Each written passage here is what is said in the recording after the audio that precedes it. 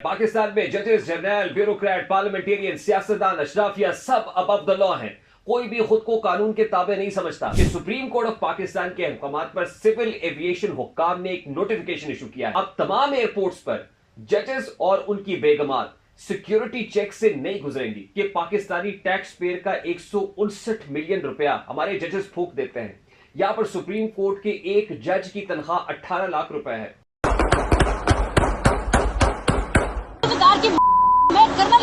अस्सलामुअलैकुम मेरे सादा से पाकिस्तानी, मेरा नाम रेहान तारिक है और आप मेरा यूट्यूब चैनल और फेसबुक पेज देख रहे हैं। पाकिस्तान में जजेस, जर्नल, ब्यूरोक्रेट, पार्लियामेंटेरियन, सियासतदान, अशराफिया सब अबव द लॉ हैं। कोई भी खुद को कानून के ताबे नहीं समझता, और अगर कानून है, जाब्ता है, इंसाफ है, कवायद है, तो सिर्फ सादा पाकिस्तानी या फिर बकरी चोर के लिए है। ये बात मैं एक ऐसे वक्त में कर रहा हूं जब मेरे सामने दो इंतहाएं हैं। एक इंतहा पर वो सादा पाकिस्तानी है, मेरा वो स्टूडेंट है जो गुज़श्ता रात एक हवालात के अंदर गुजार कर आया है, और उसका कसूर सिर्फ इतना था कि मोटर बाइक पर जा रहा था, लेकिन वो अपनी जेब में ड्राइविंग लाइसेंस रखना भूल गया था। और उसी के पुश पर बैठा हुआ मेरा एक और स्टूडेंट जिसकी जेब में वैलिड ड्राइविंग लाइसेंस था, उसके बावजूद उस मोटर बाइक को बंद किया जाता है, उनको हवालात में डाला जाता है, और सुबह ही वो जमानत पर रिहा होकर वापस आते हैं और मुझे एक टेक्स्ट मैसेज करते हैं। इसी दौरान मेरी निगाह एक और खबर पर पड़ती है, और उस खबर में ये देखकर मेरी आंखें खुली की खुली रह जाती हैं कि सुप्रीम कोर्ट ऑफ पाकिस्तान के अहकामात पर सिविल एविएशन हुक्काम ने एक नोटिफिकेशन इशू किया है।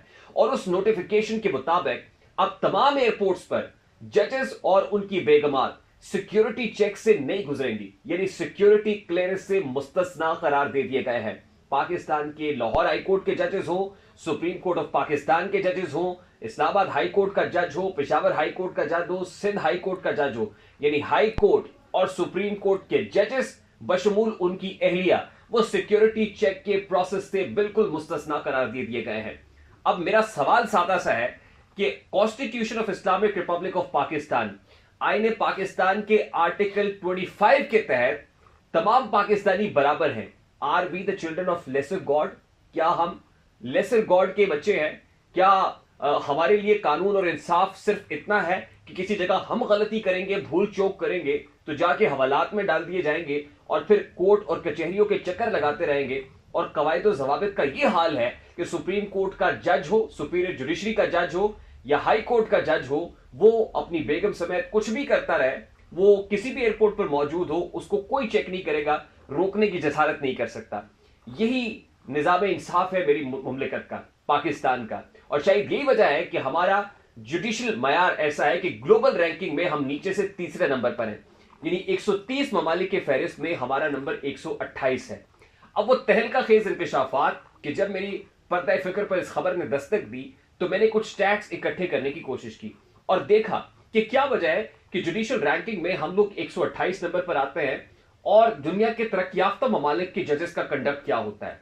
खास तौर पर मेरी निगाह जब गुजरी अमेरिकन वेबसाइट से अमेरिकन जुडिशरी की वेबसाइट को, तो मैं ये देखकर हैरान रह गया कि वो वेबसाइट इतनी ब्यूटीफुली निट की गई थी और वहां पर जजेस से मुतालिक ऐसी तफसीलात थी कि मैंने चाहा कि मैं आपके सामने रखूं।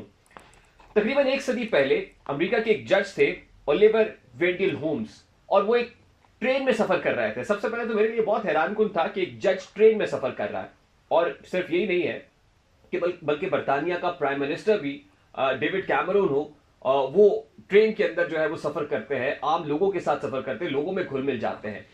फ्रैंक कैप्रियो अमेरिका के एक बड़े मशहूर जज है, वो एयरपोर्ट के ऊपर अपने ट्रॉली बैग को खुद घसीटते हुए अपना लगेज खुद अपने साथ ले जाते हुए दिखाई देते हैं, बगैर किसी प्रोटोकॉल के। अमेरिकी अदालत का इतना मशहूर जज फ्रैंक कैप्रियो का नाम किसने नहीं सुना?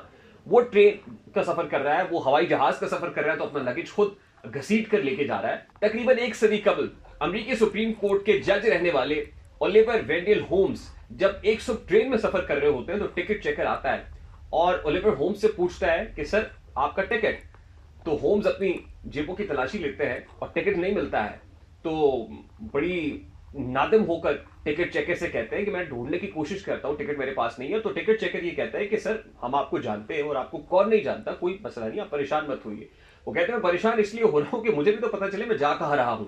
यानी वहां पर एक जज अपने आप को टिकट चेकर के सामने अकाउंटेबल महसूस कर रहा है। उसको लगता है कि यार जाब्ता यही है कि ट्रेन में सफर करने के लिए मेरी जेब में टिकट होना चाहिए, लेकिन हमारे यहां जजेस की मराआत का आलम यह है कि पाकिस्तानी टैक्स पेयर का 159 मिलियन रुपया हमारे जजेस फूंक देते हैं। यहां पर सुप्रीम कोर्ट के एक जज की तनख्वाह 18 लाख रुपए है। यहां पर सुप्रीम कोर्ट का चीफ जस्टिस 18 लाख लेता है, जो बाकी मानदा जजेस हैं वो 17 लाख लेते हैं। और इसके अलावा जो जुडिशियल अलाउंसेस हैं, सुपीरियर जुडिशरी के अलाउंसेस वो अलग से है, घर का किराया अलग से है, यूटिलिटी बिल्स अलग से है। ये मैं ऐसी सुप्रीम कोर्ट ऑफ पाकिस्तान की बात कर रहा हूं कि जहां पर हमारे जो जेर इल्तमा मुकदमात की तादाद है वो तकरीबन 20 लाख है, यानी पेंडेंसी केसेस की इतनी सारी है। ग्लोबल रैंकिंग में हम 128वें नंबर पर मौजूद है और यहां पर जजेस के अलले तललों पर जो टैक्स पेयर का, आम आदमी का जो पैसा है वो लग रहा है। अगर ये कहा जाए कि यहां हाई कोर्ट और सुप्रीम कोर्ट के जजेस की तनख्वाह आम आदमी से 100 गुना ज्यादा है तो यह कहना गलत नहीं होगा। और इसके कंपैरिजन में अमरीकी जो कोर्ट है, अमरीकी जजेस हैं वो तकरीबन 4 गुना ज्यादा तनख्वाह लेते हैं। यानी हमारे यहाँ जो जजेस हैं वो 100 गुना ज्यादा तनख्वाह लेते हैं और अमरीकी जो जजेस हैं वो इस मुकाबले में तकरीबन 4 गुना, सिर्फ 4 गुना ज्यादा तनख्वाह अपने बाकी ईमानदार शहरियों से लेते हैं।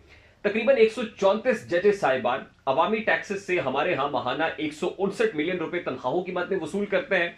इसके अलावा महंगी कारें, 500 लीटर का पेट्रोल है, 65,000 से ज्यादा जो घर का किराया है वो वसूल किया जाता है। जजेस के बच्चों की तालीम मुफ्त है, अपनी तालीम, इलाज मुफ्त है, बिलों की अदायगी, यूटिलिटी बिल्स बिल्कुल मुफ्त है। प्रोटोकॉल के नाम पर दर्जनों गाड़ियां, शोफर्स दिए जाते हैं। महंगाई अलाउंस अलग से है, मेहमान अलाउंस अलग से है, दीगर बेशुमार अलाउंसेस हैं जो अलग से इनको फराम किए जाते हैं।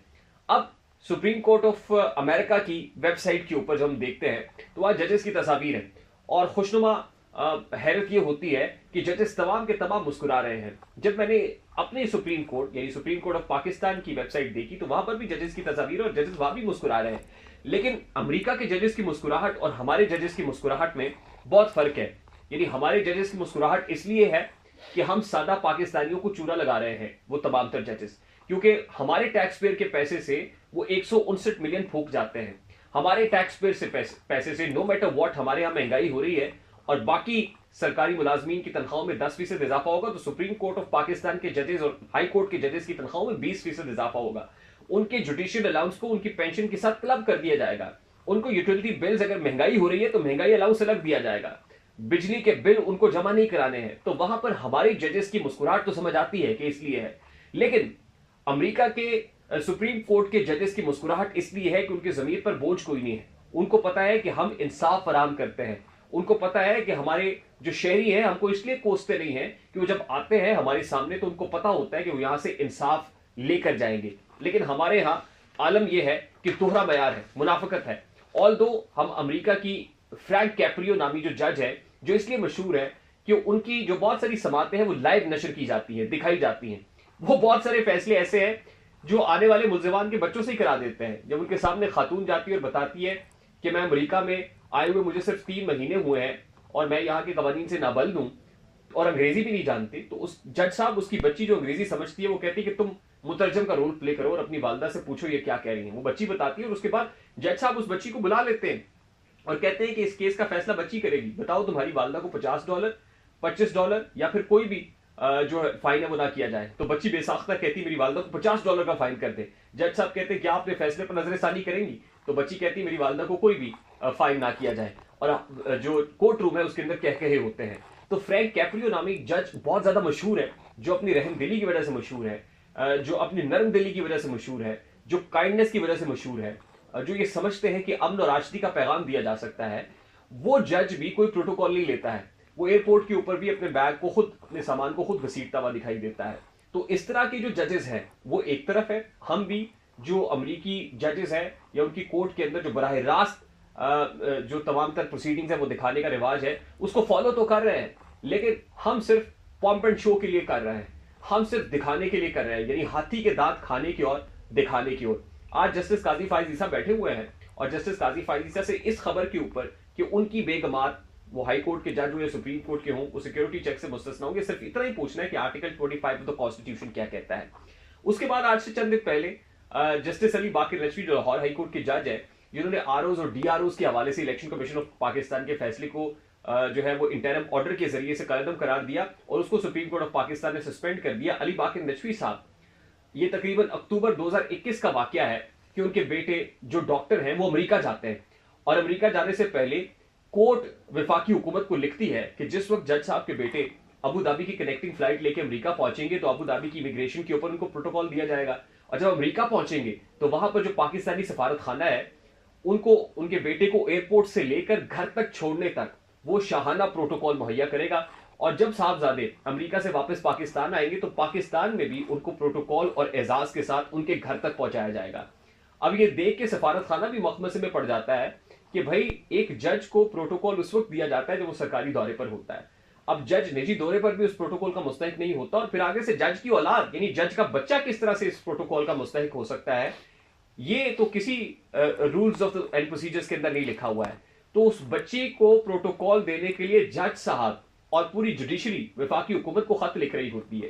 यानी आप ये देखिए कि हमारी जुडिशरी की तरजीहात क्या है, हम लोग क्या चाहते हैं। यहां पर सिर्फ सियासतदान और जर्नैल ही करप्ट नहीं होते, यहां पर जजेस भी करप्ट है। और शायद ये वजह है कि पूरे का पूरा जो निजाम है या सिस्टम है वो बहुत वीक ग्राउंड्स पे खड़ा हुआ है। अब जाते जाते मैं आपके सामने चंद वीडियोस रखना चाहता हूं जो कराची बार के इलेक्शंस की हैं, और उसके अंदर किस तरह एक खातून वकील अंधाधुंध फायरिंग कर रही है। जरा देखिए कि खातून वकील किस तरह फायरिंग कर रही है कराची बार के इलेक्शंस के बाद।